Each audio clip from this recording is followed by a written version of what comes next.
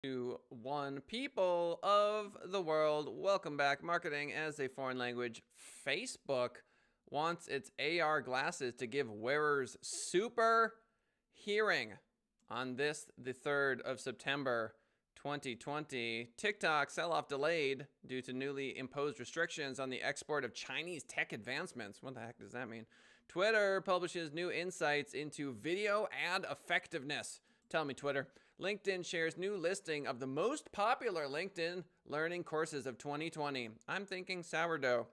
Facebook sends world warning with threat to Australian news. Oh my gosh, it's getting real over here. And why do SEO forecasting models continue to fail us? Oh yeah, it's marketing as a foreign language, and it starts right now.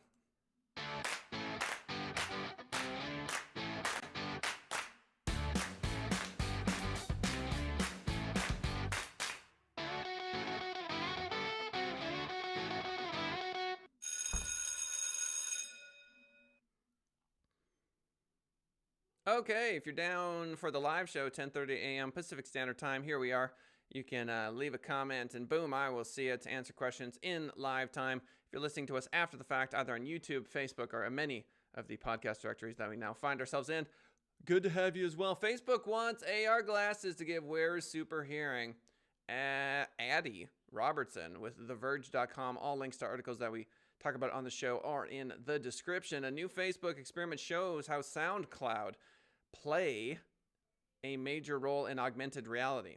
SoundClouds, maybe?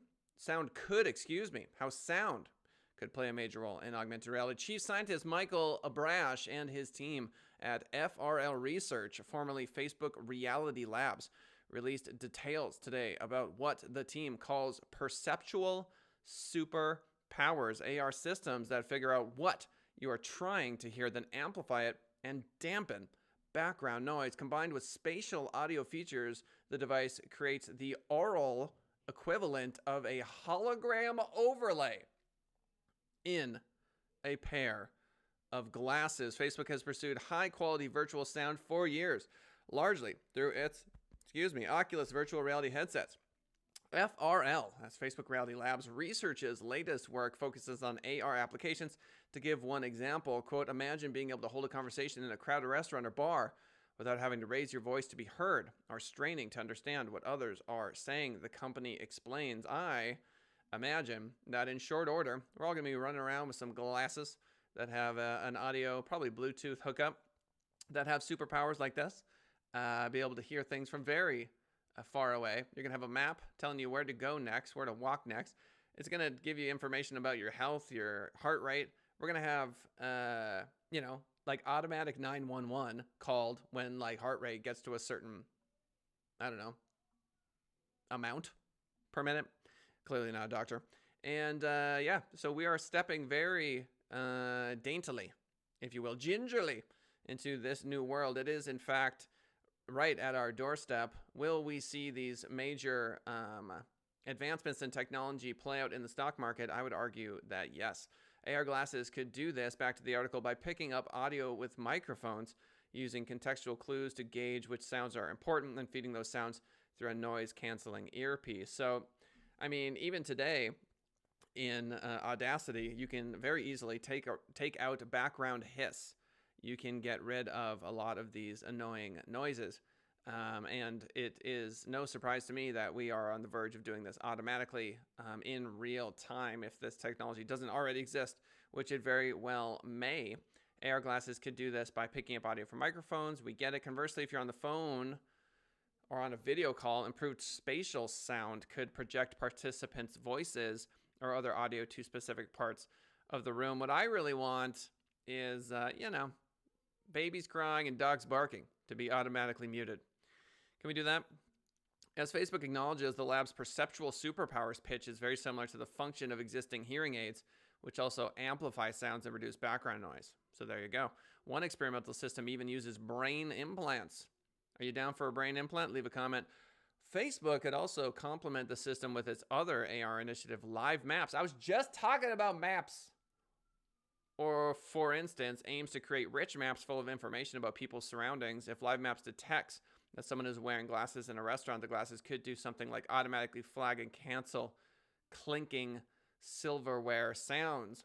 Clinking silverware sounds are the least of my issues. Again, babies and dogs. Facebook released a photo of a prototype in-ear monitor on a dummy head, as well as a picture of team members wearing headphones that look more like Valve's off-ear index speakers. So here's the picture that Facebook shared. Look at that.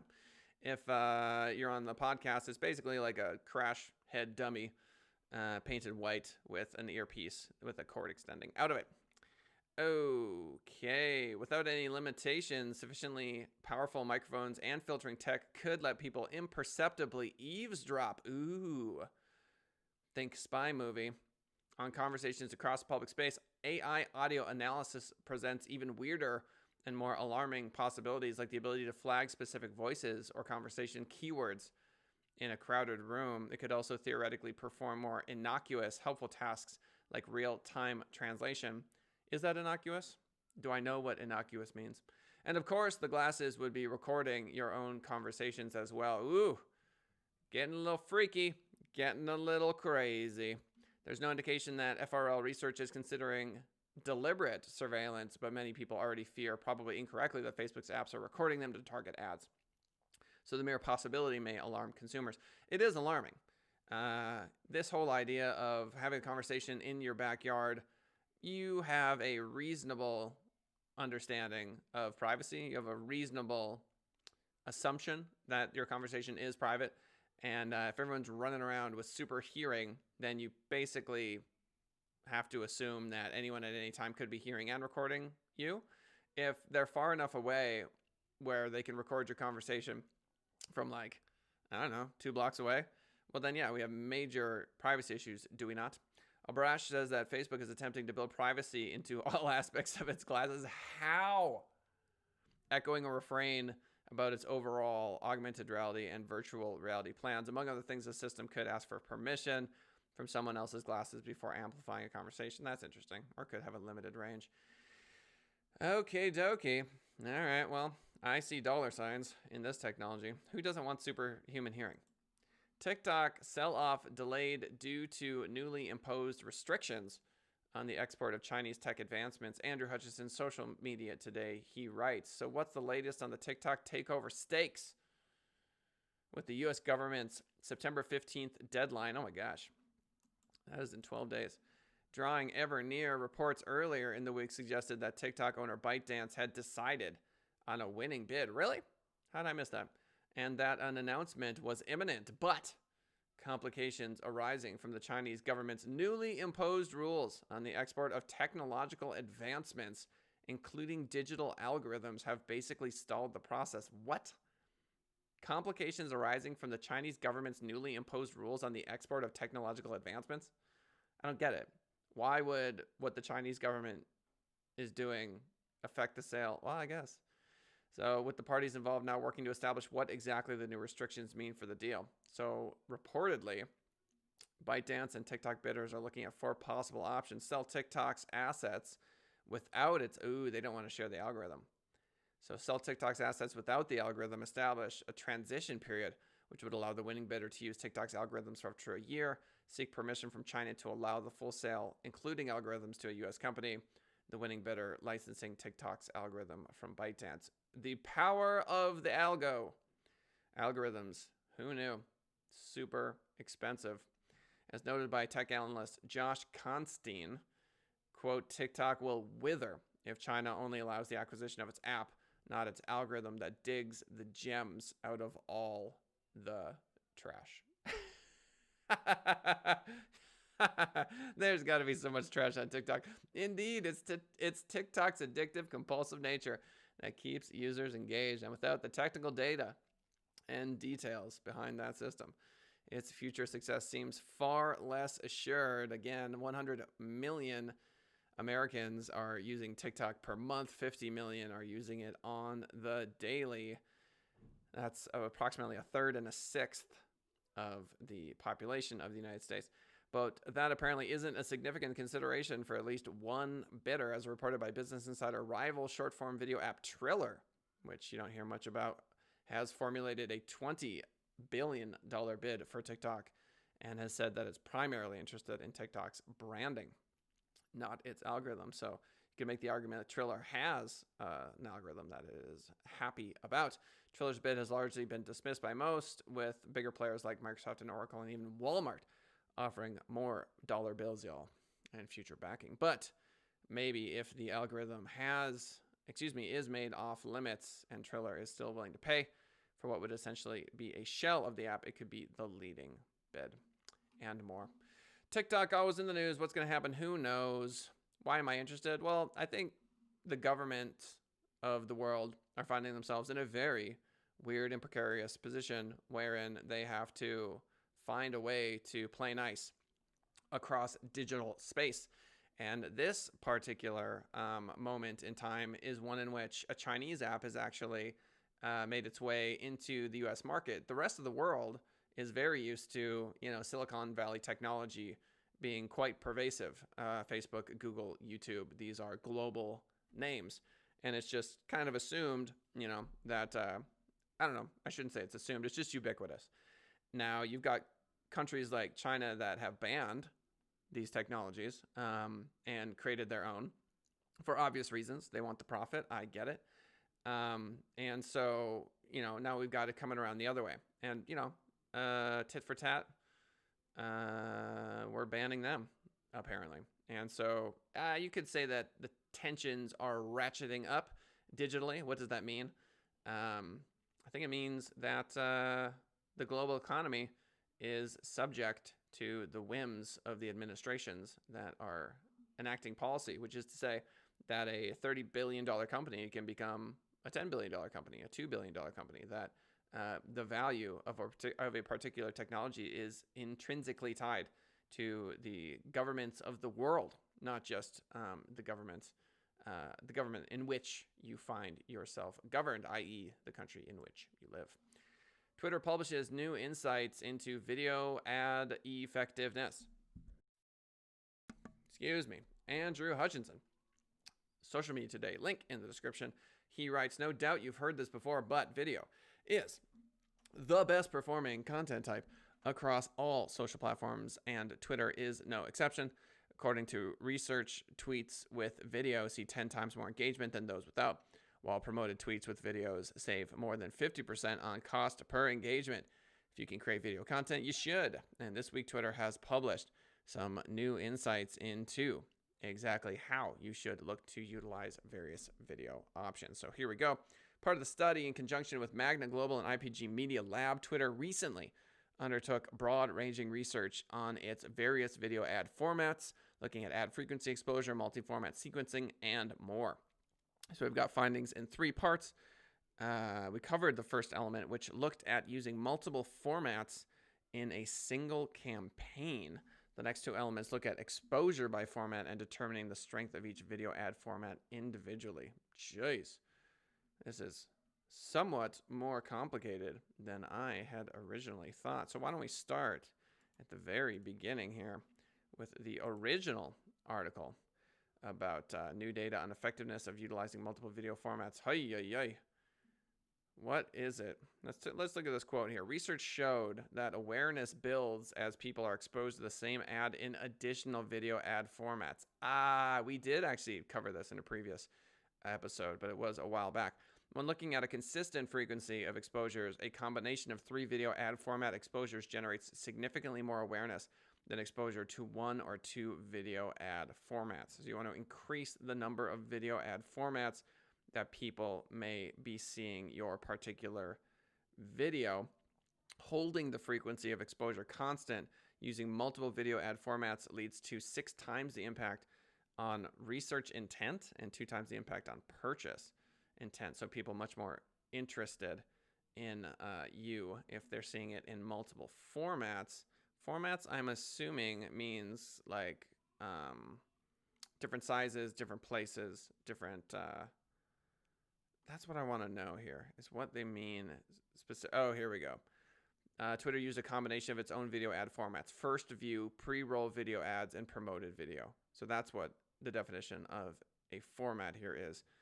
First view, pre-roll video ads, and promoted video. So a lot of different ways to reach your target audience. The researchers conducted their study across 6 industry verticals, etc. So Twitter found, back to the original article, that in order to get maximum response for your video campaigns, ideally brands should look to use its premium First View video promotion option as an initial option. We have covered this before, but I really want to quickly dive in to First View.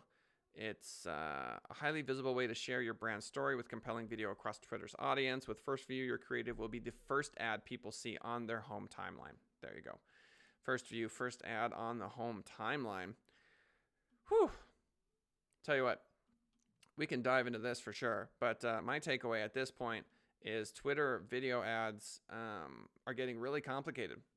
They're getting to the point where you could probably make the argument that you should dive in and seriously consider them. I have a client that this might actually make sense for, now that I'm coming to think of it, a personal injury attorney. Could be interesting. Twitter video ads. Consider it. LinkedIn shares new listing of the most popular LinkedIn courses of 2020. Socialmediatoday.com. Andrew writes, amid the COVID-19 lockdowns across the world, remote work has become a key focus, with millions of professionals finding new ways to maintain focus and productivity outside the office environment. We get it. And that logically has led to many seeking out advice and guidance to help them maximize their work from home effort. That focus is reflected in LinkedIn's listing of the most popular LinkedIn learning courses of 2020, with 2 of the top 3 courses directly related to it. So here we go. We've got time management, working from home. Strategic thinking is second. Third is remote work foundations. Fourth is learning Python. Who knew? That was so popular. 5, developing your emotional intelligence. Wow. I don't think that would be a course that many people would be interested in, but I am wrong. 6, Excel 2016 Essential Training. Excel 2016, really? 7, Excel Essential Training Office 365. 8, Communicating with Confidence. 9, Certification Prep Project Management Professional. 10, Project Management Foundations. And the list goes on. Python mentioned twice on the list. In 20th is Online Marketing Foundations. Interesting stuff. Facebook sends a warning to Australian news. This article from Yahoo Finance. Angus Whitley is the author. Facebook Inc. has flashed a warning to global regulators by taking a hardball stance against Australia's plan to force it to pay media companies for stories. We covered this in previous episodes. The Australian government has drafted legislation to force the U.S. tech giant, which is Facebook, and Google, to compensate publishers for the value their stories generate for the platform. Facebook lobbed a grenade on Tuesday, seeking to hollow out the proposed law. If it passes, the company will block Australians and publishers from sharing news on Facebook and Instagram, an unprecedented step. Again, when we talk about China going back and forth with the United States, we've got the United States, well, I shouldn't say that. I should say Facebook going back and forth specifically with the Australian government. The scene is now set for an acrimonious battle after the Australian government said it won't buckle to coercion or heavy-handed threats. Tensions ratcheted. The standoff has turned one of Facebook's most distant markets, with a population of 25 million, into a test case as watchdogs around the world turn their own power against digital behemoths. I mean, look, because I live in the United States, I tend to see from the lens of an estadounidense, which is the Spanish word for a United Statesian. We don't have that word, but I do like it. If I'm Australia, I get it. I'm not seeing the revenue from Facebook. I'm not seeing the revenue from Google. I want to support my own news organizations. I understand why they would make this call. Facebook, I understand that they don't want this precedent set. I don't think they're as concerned about the 25 million users. They've got many more users than that. That's not the issue. The issue is the precedent of a government saying, hey, you need to pay our news outlets. You need to share a piece of the pie. That could be devastating, obviously, to Facebook's revenue. Quote, this is a microcosm for other markets and what may happen as Facebook defends its turf, says Dan Ives, an analyst at Wedbush Securities in New York. The company has come out, quote, throwing punches He said the era of free news for Facebook and Google may soon be over. That sounds a bit dramatic. The traditional media companies have long complained their content is being exploited by digital platforms without due compensation.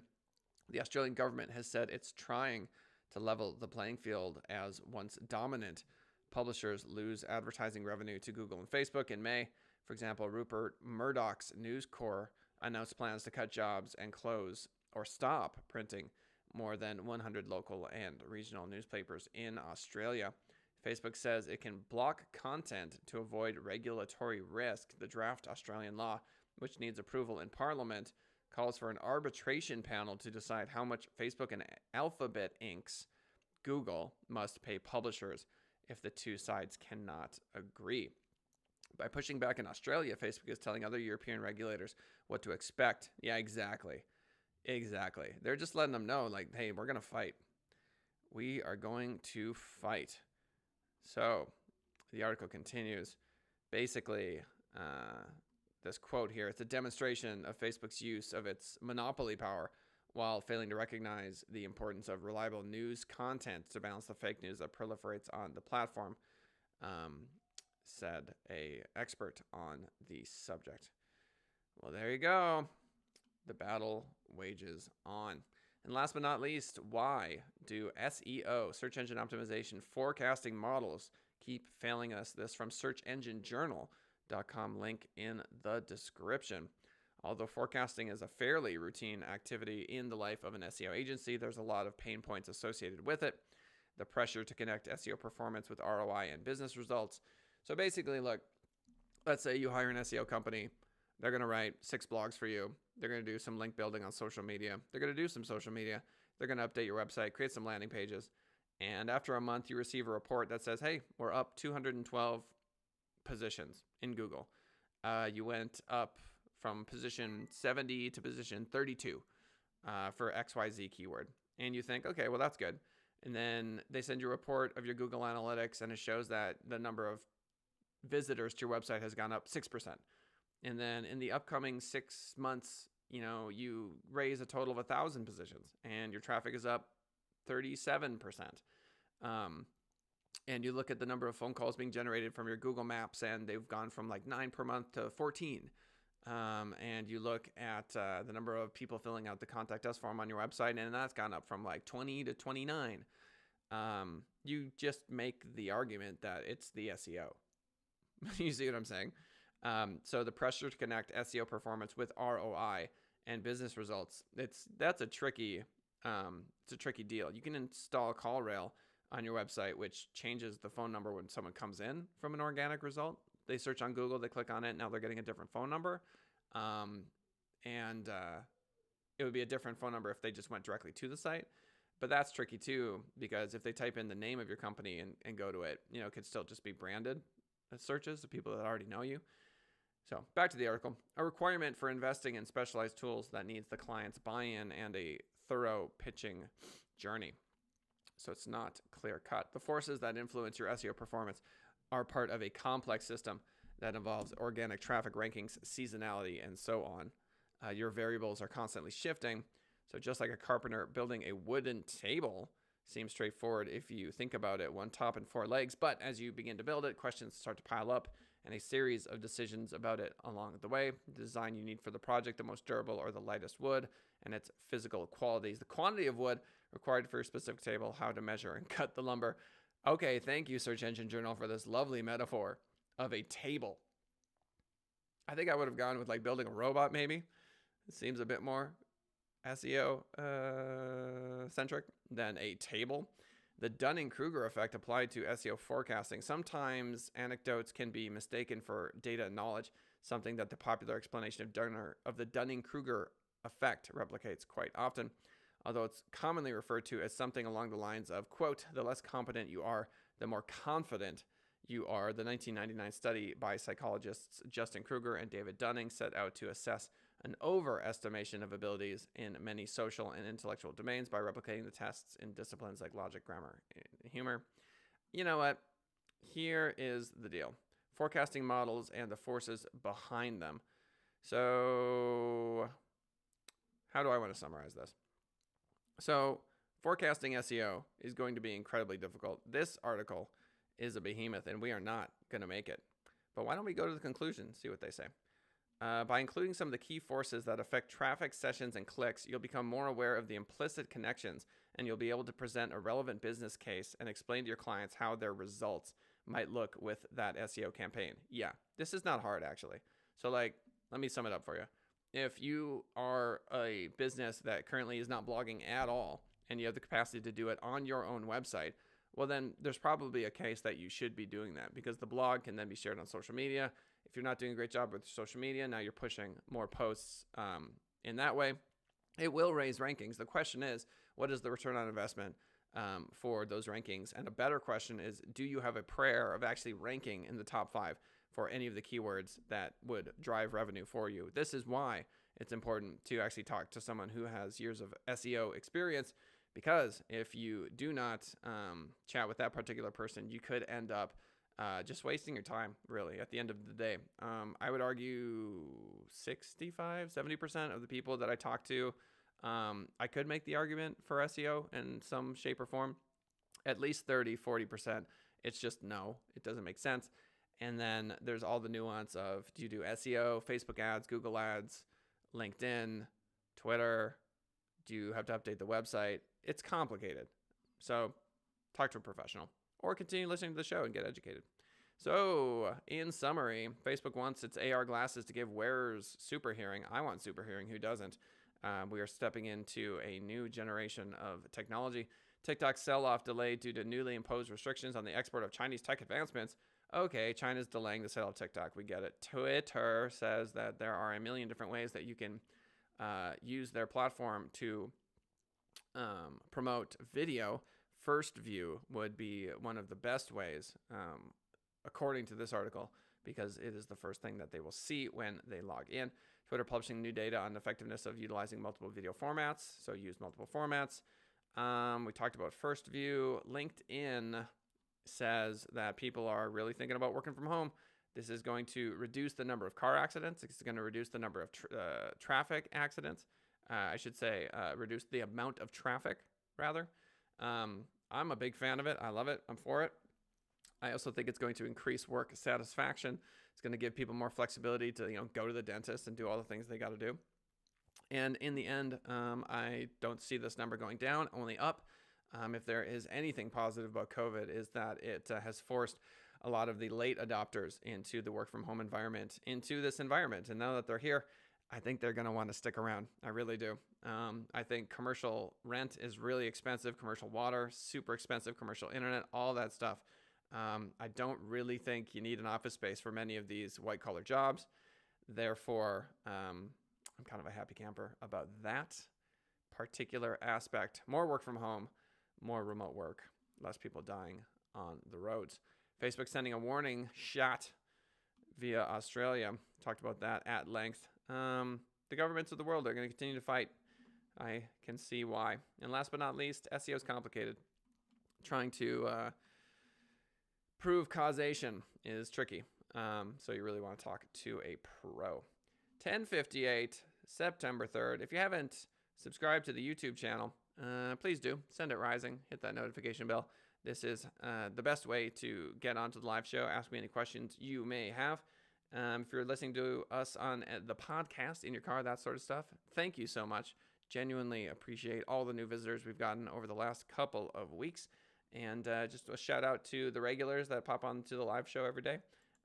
Very much appreciate it. Love seeing the comments. And that is it for this Thursday, September 3rd, 2020. See you tomorrow. And then if I forget tomorrow, happy Labor Day weekend. We're off on Monday because I'm not working. I think this is as good a time as any to play an outro. Thoughts on that? See you next time.